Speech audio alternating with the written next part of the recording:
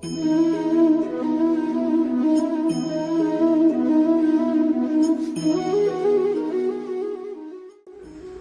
Guys, welcome to my another blog. তো এই দিনটি ছিল জগন্নাথ দেব আমাদের বাড়িতে আসার ঠিক তার পরের দিন সকালে। প্রত্যেকবারের মতো এবারেও আমি আমাদের বাড়িতে আসা জগন্নাথ দেব, সুভদ্রা এবং বলরাম দেব এবং সাথে আরও অতিথি গোপালদের ঘুম থেকে উঠিয়ে তাদের স্নান করাই, সাথে আমাদের গোপালকেও। আমি স্নান করানোর পরে বাড়িতে আরও যারা যারা থাকে এবং যারা যারা আসে সকালে তারা স্নান করায়।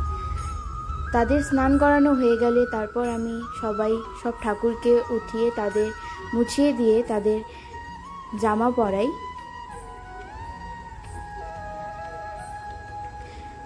সবাইকে জামা পরাই, এক এক করে যারা যারা সেখানে আছে সবাইকে জামা পরিয়ে তাদের স্থান মতো রেখে দিই। এটা হচ্ছে আমাদের গোপাল, আমাদের বাড়ির গোপাল।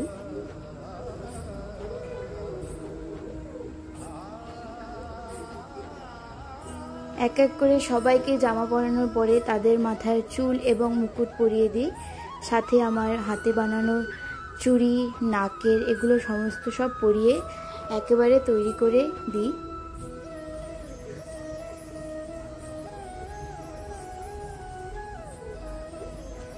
এখানে হচ্ছে পনির ভাজা।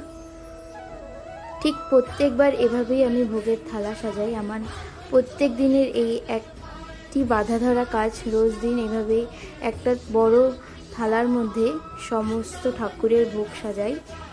তার উপরে এই ভাজা দিয়ে একটু ডেকোরেশন করে দিই ছোটো মতো।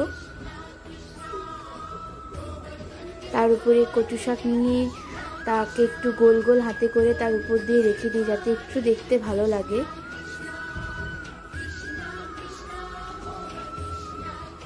প্রত্যেক দিন লুচি পায়েস হয়, প্রত্যেক দিন 3-4 কেজি দুধের পায়েস হয়। এখানে চাটনি হচ্ছে।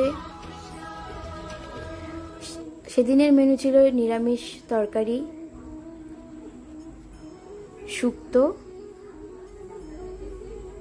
আমের চাটনি, 5 রকমের ভাজা, সাথে ডাল, কচু শাক এবং পনির আলু পটলের তরকারি এবং ফ্রাইড রাইস। সমস্ত রান্না আমার মা রোজ দিন নিজের একা হাতে করে। পুজোর আগে এখানে সবাইকে তিলক পরানো হচ্ছে। প্রত্যেকবার বাড়ির পুজো আমার বাবাই করে, আর সমস্ত ভোগের রান্না আমার মা নিজের হাতে একা করে। রোজ দিন দুপুরে এই ভোগের পর প্রায় আমাদের বাড়িতে 30 থেকে 40 জন লোক প্রত্যেক দিন খায়। শেষের দিনগুলিতে আরও লোক বেড়ে যায়। সমস্তটা আমার মা একা হাতেই করে।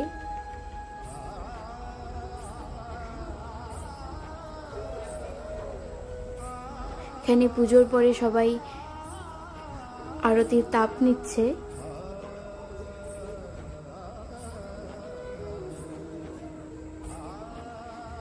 পুজো হয়ে যাওয়ার পর ঠাকুর ঘরে পর্দা দিয়ে দেওয়া হয় ঠাকুরের ভোগের জন্য।